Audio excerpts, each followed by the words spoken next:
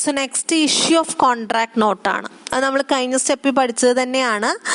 അതായത് സ്റ്റോക്ക് എക്സ്ചേഞ്ചിൽ ആ ഒരു ട്രാൻസാക്ഷന് ഒരു യുണീക്ക് ഓർഡർ കോഡ് നമ്പർ കിട്ടും. ആ യുണീക്ക് ഓർഡർ കോഡ് നമ്പർ ആ ട്രാൻസാക്ഷൻ എക്സിക്യൂട്ട് ചെയ്ത് കഴിയുമ്പോൾ ഒരു കോൺട്രാക്ട് നോട്ടിൽ അത് പ്രിന്റ് ചെയ്ത് കിട്ടും. അത് എപ്പോഴാണ് ഓർഡർ പ്ലേസ് ചെയ്തത്, എപ്പോഴാണ് എക്സിക്യൂട്ട് ചെയ്തത്, ആ യുണീക്ക് ഓർഡർ നമ്പർ, ഇത്രയും കാര്യങ്ങൾ കൂടിയിട്ട് ഒരു contract note is issued by the broker to the clients ആണ്. അതൊരു കോൺട്രാക്ച്വൽ റൈറ്റ്സ് ആൻഡ് ഒബ്ലിഗേഷൻ ആണ്. ബ്രോക്കറിനായാലും ബയ്യറും സെല്ലറും വേറെ ആൾക്കാരാണല്ലോ, നടുക്കുള്ള ആൾക്കാരാണല്ലോ ബ്രോക്കർ. സോ ബയ്യർക്കും സെല്ലർക്കും അവരുടേതായിട്ടുള്ള കോൺട്രാക്ച്വൽ റൈറ്റ്സ് ആൻഡ് റെസ്പോൺസിബിലിറ്റീസ് കൊടുക്കുന്ന ഒരു ലീഗൽ ഡോക്യുമെൻ്റ് ആണ് ഈ കോൺട്രാക്ട് നോട്ട്.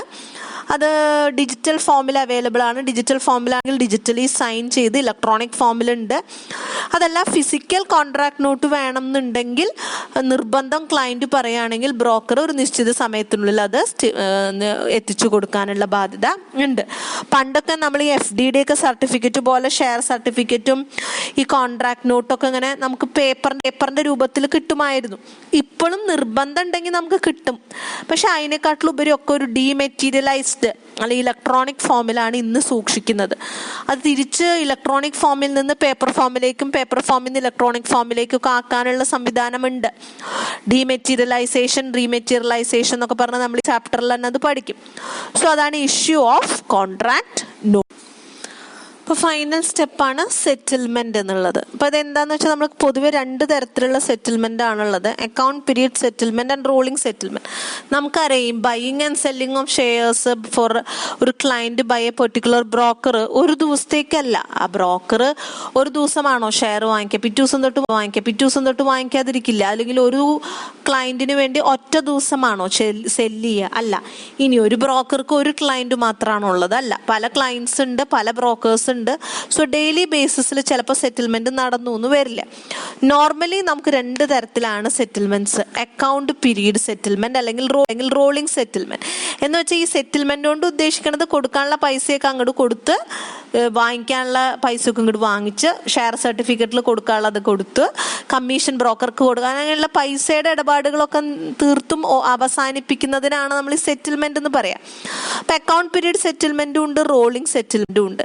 ഒരു അക്കൗണ്ട് പീരീഡ് സെറ്റിൽമെന്റ് എന്ന് പറഞ്ഞാൽ settlement where the trade pertaining to a period stretching over more than 1 day are settled എന്ന് വെച്ചാൽ ഒരു മൺഡേ ടു ഫ്രൈഡേ ഒറ്റയടിക്ക് സെറ്റിൽ ചെയ്യുന്നതിനെയാണ് നമ്മൾ അക്കൗണ്ടിങ് പീരീഡ് സെറ്റിൽമെന്റ് എന്ന് പറയണത്. റോളിംഗ് സെറ്റിൽമെന്റ് എന്ന് പറഞ്ഞാൽ T+1 day, ഇന്നത്തെ പൈസ ഇന്നൊറ്റ ദിവസം കൊണ്ട് ഒറ്റൊരു ട്രേഡ് ഡേ ആണ്, മാക്സിമം നാളെ കൊണ്ട് സെറ്റിൽ ചെയ്യിക്കുന്നതിനാണ് T+1 എന്ന് പറയുന്നത്. അപ്പോൾ ഇതാണ് നമുക്ക് സെറ്റിൽ ചെയ്യാനുള്ള ഒരു മെത്തേഡ് എന്ന് പറയുന്നത്.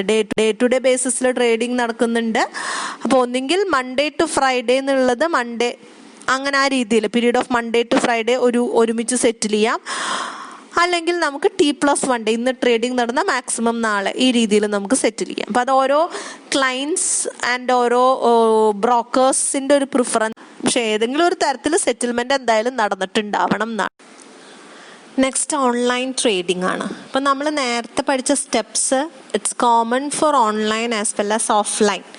രണ്ടിനും കോമൺ ആണ്. ഓൺലൈനിലായാലും ഓഫ്ലൈനിലായാലും നമ്മൾ ഒരു ബ്രോക്കറിനെ സെലക്ട് ചെയ്യുക എന്നുള്ളതും എഗ്രിമെൻറ്റിൽ എൻ്റർ ചെയ്യുക എന്നുള്ളതും ഓർഡർ പ്ലേസ് ചെയ്യുക എന്നുള്ളതും ഓർഡർ പ്ലേസ് ചെയ്യുക എന്നുള്ളതും ഓർഡർ എക്സിക്യൂട്ട് ചെയ്യുക എന്നുള്ളതും കോൺട്രാക്ട് നോട്ട് ഇഷ്യൂ ചെയ്യുക എന്നുള്ളതും സെറ്റിൽ ചെയ്യുക എന്നുള്ളതും സംഭവിക്കും. പക്ഷേ when you are doing it online കുറച്ച് സൗകര്യങ്ങൾ കൂടുതലാണ്. നമുക്കിപ്പോൾ ഒരു ബ്രോക്കറിൻ്റെ ആവശ്യം, ഓർഡർ പ്ലേസ് ചെയ്യാൻ പോലും ഒരു ബ്രോക്കറിൻ്റെ ആവശ്യമില്ല. Fund transaction, stock exchange clearing, അത്തരം കാര്യങ്ങളിലേക്ക് മാത്രമായിട്ട് വേണമെങ്കിൽ ഒരു ബ്രോക്കറിൻ്റെ സേവനം പരിമിതപ്പെടുത്താം. ഓറൽസ് നമുക്ക് പ്ലേസിങ് ഓർഡർ തൊട്ടിട്ടുള്ള കാര്യങ്ങൾ ബ്രോക്കറെ ഏൽപ്പിക്കാം. ഇതൊക്കെ ഒരു വെബ്സൈറ്റ് അല്ലെങ്കിൽ ഒരു ഇലക്ട്രോണിക് സിസ്റ്റം വഴിയാണ് ചെയ്യുന്നത് എന്നുള്ളതാണ് ഈ ഇങ്ങനൊരു ടെക്നോളജി കൊണ്ടുവന്നിട്ടുള്ള ഒരു സൗകര്യം.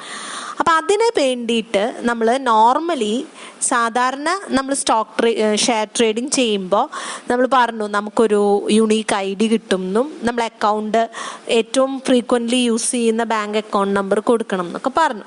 അതിന് പുറമെ ഓൺലൈൻ ട്രേഡിങ്ങിൽ നമ്മൾ ഡിമാറ്റ് അക്കൗണ്ട് കൂടി നമ്മൾ തുടങ്ങേണ്ടി വരും. അപ്പോൾ സാധാരണ നമ്മൾ ഷെയർ ട്രേഡിങ് ചെയ്യുമ്പോൾ സർട്ടിഫിക്കറ്റ്സ് അതിൻ്റെ ഫിസിക്കൽ ഫോമിലാണ് കിട്ടുക. FDക്കൊക്കെ ഫിക്സഡ് ഡെപ്പോസിറ്റ് ഒക്കെ ഇടുമ്പോൾ സർട്ടിഫിക്കറ്റ് കിട്ടുന്ന പോലെ ഒരു ഫിക്സഡ് ഫോർമാറ്റിലാണ് സാധാരണ നമുക്ക് എന്ത് കിട്ടുക, ഷെയർ സർട്ടിഫിക്കറ്റ് കിട്ടുക. പക്ഷേ ഓൺലൈൻ ട്രേഡിങ്ങിൽ ഇതില്ല. സ്ക്രിപ്റ്റ്ലെസ് ട്രേഡിംഗ് എന്നാണ് പറയുക. ഷെയർ സർട്ടിഫിക്കറ്റിന് അതിൻ്റെ ഫിസിക്കൽ ഫോമിലില്ല. അപ്പം അതിനൊക്കെ അതാണ് ഒരു വ്യത്യാസം. പിന്നെ നമ്മൾ ഷെയർ ട്രേഡിങ്ങിൽ ബ്രോക്കറാണ് നോർമൽ. ഓഫ്ലൈനിലൊക്കെ ആ ഒരു സ്റ്റോക്ക് എക്സ്ചേഞ്ചിൻ്റെ ഫ്ലോറിൽ നിന്ന് ബ്രോക്കർമാർ ബിഡ് ചെയ്യുകയും ഒക്കെയാണ് ചെയ്യുക.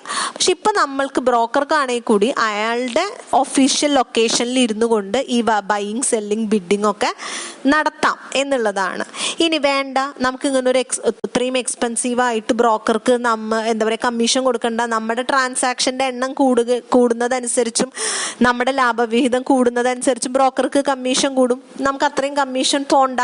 അങ്ങനെയാണെങ്കിൽ നമുക്ക് എന്ത് ചെയ്യാം, നമുക്ക് സ്വന്തം നിലയ്ക്കും വേണമെങ്കിൽ ഷെയർ ട്രേഡിംഗ് ചെയ്യാം. ഇതൊക്കെയാണ് ഓൺലൈനിൽ വന്നിട്ടുള്ള സംവിധാനം വന്നപ്പോൾ സൗകര്യങ്ങൾ.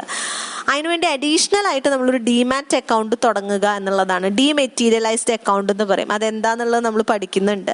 അപ്പം അങ്ങനെ ഒരു അക്കൗണ്ടും കൂടി മറ്റു കാര്യങ്ങളുടെ ഒപ്പം, നമ്മൾ നേരത്തെ പറഞ്ഞ സ്റ്റെപ്സിൻ്റെ ഒപ്പം ഒരു ഡിമാറ്റ് അക്കൗണ്ടും കൂടിക്കഴിഞ്ഞാൽ നമുക്കൊരു യൂസർ ID-യും ഒരു പാർട്ട്.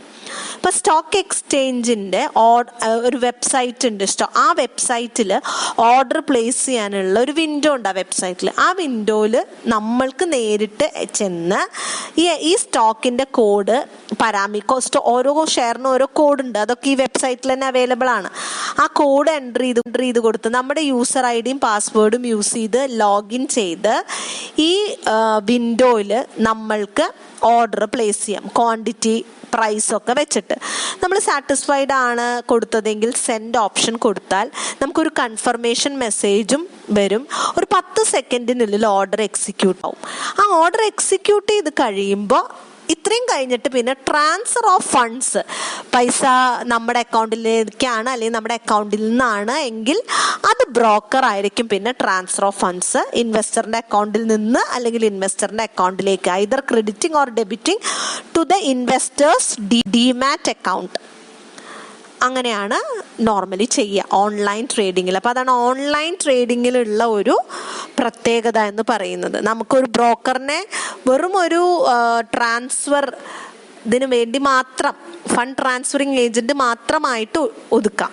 നമുക്ക് അതിലും കൂടുതൽ കാര്യങ്ങളൊന്നും ബ്രോക്കറിനെ കൊണ്ട് വേണമെങ്കിൽ ചെയ്യിപ്പിക്കേണ്ട എന്നുള്ള രീതിയിൽ. ഇനി വേണം, നമുക്കിപ്പോൾ ഈ ഷെയറിനെ കുറിച്ചൊരു ഐഡിയ ഇല്ല, സ്റ്റോക്ക് മാർക്കറ്റിനെ കുറിച്ച് ഐഡിയ ഇല്ല, അപ്പോൾ നമുക്ക് അങ്ങനെ വേണമെങ്കിൽ ആ ക്ലയൻറ്റിന് നമുക്ക് ബ്രോക്കറിനെ കൊണ്ടും ഇത്തരം കാര്യങ്ങൾ ചെയ്യിക്കാം. നമ്മുടെ ID-യും പാസ്വേഡ് ലോഗിൻ അങ്ങ് കൊടുത്താൽ മതി. നമുക്ക് വേണ്ടി അവർ ലോഗിൻ ചെയ്തോളൂ, അല്ലെങ്കിൽ ബ്രോക്കർ അവരുടെ പോർട്ടൽ ഉപയോഗിച്ച് നമുക്ക് വേണ്ടി ചെയ്യും. ഓക്കെ. അപ്പം നെക്സ്റ്റ് എന്താണ് ഡിമെറ്റീരിയലൈസേഷൻ എന്നാണ്. അതിന് ഡിമാറ്റ് എന്ന് നമ്മൾ പറയും. സോ നമുക്കറിയാം ഡിപ്പോസിറ്ററി ആക്ട് 1996 ഷെയർ ഹോൾഡേഴ്സിന് ഒരു പ്രിവിലേജ് കൊടുക്കുന്നുണ്ട്. You can hold your securities either in its physical form or you can hold it in the electronic form എന്നാണ്. അപ്പോൾ ഫിസിക്കൽ ഫോമിലോ ഇലക്ട്രോണിക് ഫോമിലോ രണ്ട് ഫോമിലും വേണമെങ്കിൽ നമുക്ക് സെക്യൂരിറ്റീസ് ഹോൾഡ് ചെയ്യാം എന്നാണ്. അപ്പോൾ ഈ ഫിസിക്കൽ ഫോമിലുള്ള സെക്യൂരിറ്റീസിനെ ഇലക്ട്രോണിക് ഫോമിലേക്ക് നമുക്ക് കൺവേർട്ട് ചെയ്യാനും പറ്റും. അപ്പോൾ ഈ ഒരു പ്രോസസ്സിനെയാണ് നമ്മൾ ഡിമെറ്റീരിയലൈസേഷൻ എന്ന് പറയുന്നത്.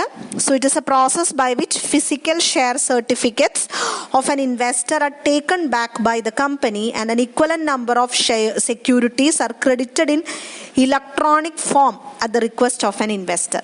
ഇൻവെസ്റ്റർ റിക്വസ്റ്റ് പ്രകാരം നിലവിൽ കയ്യിൽ ഫിസിക്കൽ ഫോമിലുള്ള സെക്യൂരിറ്റീസിനെ ഇലക്ട്രോണിക് ഫോമിലേക്ക് കൺവേർട്ട് ചെയ്യുന്നതിനെയാണ് ഡിമെറ്റീരിയലൈസേഷൻ എന്ന് നമ്മൾ പറയുക. ഇനി നമ്മൾക്ക് ഇപ്പോൾ നടക്കുന്ന ട്രാൻസാക്ഷൻ ഓൾമോസ്റ്റ് എല്ലാം ഡിമെറ്റീരിയലൈസ്ഡ് ഫോമിലാണ്. നമ്മളിപ്പോൾ ബാങ്ക് അക്കൗണ്ട് ഓപ്പൺ ആക്കുന്നതിനൊപ്പം ഡിപ്പോസിറ്ററി പാർട്ടിസിപ്പൻ്റ് എന്നൊരു ഓർഗനൈസേഷനിൽ ബാങ്ക് അക്കൗണ്ട് ഓപ്പൺ ആക്കുന്ന പോലെ ഒരു ഡിമാറ്റ് അക്കൗണ്ടും പാരലലി ഓപ്പൺ ആക്കണം എന്നാണ്. അപ്പം അത്തരം ഡിമാറ്റ് അക്കൗണ്ടിലേക്ക് ഇലക്ട്രോണിക് ഫോമിലേക്കാണ് ഇപ്പം നമുക്ക് സെക്യൂരിറ്റീസ്, ഇപ്പോഴത്തെ ട്രാൻസാക്ഷൻ്റെ സെക്യൂരിറ്റീസൊക്കെ കിട്ടുന്നത്. ഇനി അതല്ല നമുക്ക് ഫിസിക്കൽ ഫോമിൽ തന്നെ വേണമെന്ന് മെൻഷൻ ചെയ്യുകയാണെങ്കിൽ ഫിസിക്കൽ ഫോമിലും സെക്യൂരിറ്റീസ് അവൈലബിൾ ആണ്. ഇനി ഏതെങ്കിലും ഒരു കാലത്ത് ഫിസിക്കൽ ഫോമിലുള്ള സെക്യൂരിറ്റീസിനെ തിരിച്ച് ഇലക്ട്രോണിക് ഫോമിലേക്ക് ആക്കണമെന്ന് നമുക്ക് തോന്നുകയാണെങ്കിൽ അതാക്കാനും പോസിബിൾ ആണ്. സോ ഈ ഒരു പ്രോസസ്സിനെയാണ് നമ്മൾ ഡീമെറ്റീരിയലൈസേഷൻ എന്ന് പറയുക. അപ്പോൾ ഇത് ഇത്രയേ ഉള്ളൂ.